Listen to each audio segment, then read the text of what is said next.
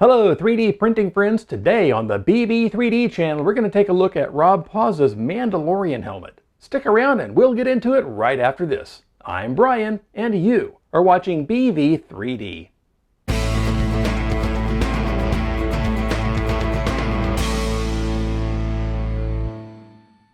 Hi, welcome back. Hey, if you're new here and you're wanting to learn about cool 3D printer upgrades, 3D modeling, and other 3D printing related stuff, start now by subscribing and clicking the bell so you don't miss anything. Okay, so today I wanted to share this with you. It is Rob Pauza's awesome Mandalorian helmet model. The design on this is just amazing, and the fact that he made it available for free on MyMiniFactory is even more amazing. You may remember that a little while back I did a review of the Sunlu S8 3D printer, which has this huge build volume. And in that video, I asked for suggestions on what to print to make use of it. Now, I was hoping for things that would utilize the height of the build volume, but several people suggested either a helmet in general or this one in particular. And one of the cool things about this helmet is, not only can you print the main helmet all as one piece if you've got a big enough printer, Rob made it so that people with smaller 3D printers can print it in multiple pieces and glue them together. So in addition to the one-piece model, there's a version with the left and the right halves, and then there's a version that's split into about 8 pieces, and then the ears and the sideburn pieces just print separately and you glue them on. But no matter which version you print, you end up with a life-size helmet that you can actually wear, or at least that I can actually wear, even with my glasses on. Now, I've seen some really cool pictures of Rob's model, where people print it out and then invest a ton of time and energy and filler primer and sandpaper and more filler primer and more sandpaper and airbrushing to get a super accurate Mandalorian helmet.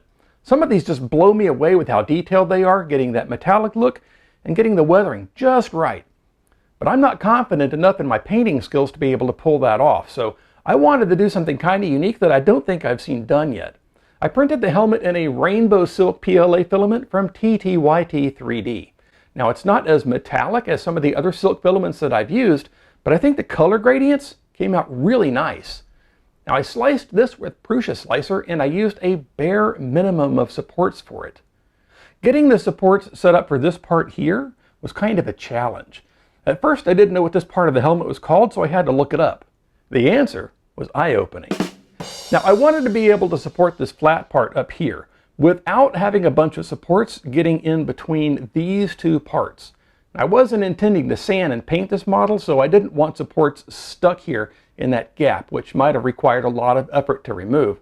And if you've ever had supports stuck in a part like this, you'll know that wherever they touch, ooh, that's going to leave a mark.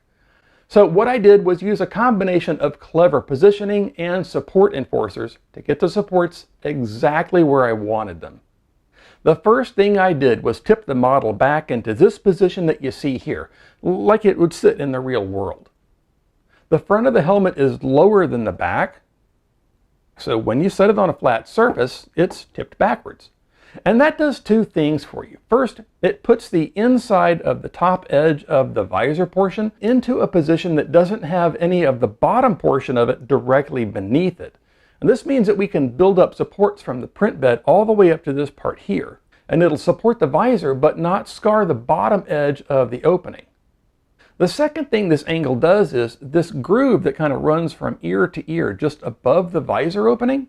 It's now more of a steep overhang that's a little easier for the printer to handle versus being something where the outer edge of it might need supports. So tipping it back reduces the amount of support needed while still giving a good result. But no matter whether we tip the helmet back or not, there's no getting around needing support on the bottom edge of it pretty much all the way around because it has a curve to it. So I did need supports there. You know where I didn't need supports though? I didn't need them filling up the inside of the helmet. A helmet dome like this will usually print just fine without having to use a bunch of support material. Now the very top of the inside of it may look a little bit rough, but the outside comes out just fine. So unless the inside needs to be as clean as possible, you can usually just skip those supports. Now, because there weren't any supports underneath the top of the dome, there were a couple of places where the filament just looped down, but those 2 or 3 loops I just cut off with flush cut pliers. I'm going to be putting some foam padding inside, so it didn't matter what the inside surface of the top of the helmet looked like. And heck, with as much hair as I've got going on now, I may not even need padding, right? Now this print took about 65 hours. That's more than 2.5 days. 2.5 days of constant printing. And the Sunlu S8 handled it like a champ. It's also the longest print job I've ever done, pretty much double the time of anything else that I've ever printed. And I could not be happier with the results. So, everyone loves 3D printer time lapses, right? Particularly when they're nice and smooth and not all twitchy. Well, if I got a time lapse for you, here's 65 hours of printing compressed into half a minute. This kind of thing is just so satisfying to watch.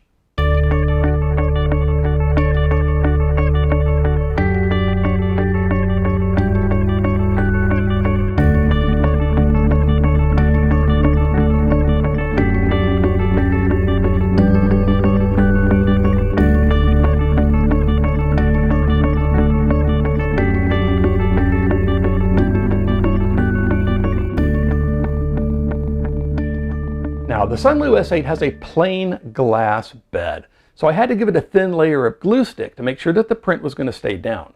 Now, getting the print off the glass was a little harder than I'm used to dealing with too. Plain glass is not my favorite print surface. I'm not saying it's bad, and I know lots of people swear by it. I'm just saying it's not my favorite. So while that was printing, I had plenty of time to print the ears and the sideburns and the rear vent piece on my Ender 3. Now these just glued into place on the helmet. I printed these in various CC3D Silk Metallic filaments. I used a silk silver for the rear vent, silk copper for the ears, and a silk antique gold for the sideburns. I think the silk antique gold looks more like brass, and that's perfectly fine with me. Now you may think I'm weird for combining steampunk metal with rainbow PLA. Heck, you might think I'm weird for printing a Rainbow Mandalorian helmet to begin with, and you may be right, but regardless, Rob's helmet design can be summed up in 2 words. Amazing. So, let's all just bask in the glory of this thing one last time.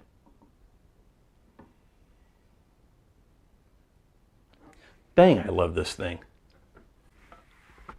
This is the Wham bow. Okay, 3D printing friends, that's about all the time we have for today. And now that we're at the end of the video, why not go print something cool like this colossally cool cranial covering? Hey, real quick before you go, I wanted to say thanks for being one of these super awesome people who sticks around all the way to the end, and thanks for all the likes, comments, and shares. You're all wonderful for doing that, and I really appreciate it. If you liked this episode, a thumbs up would be great.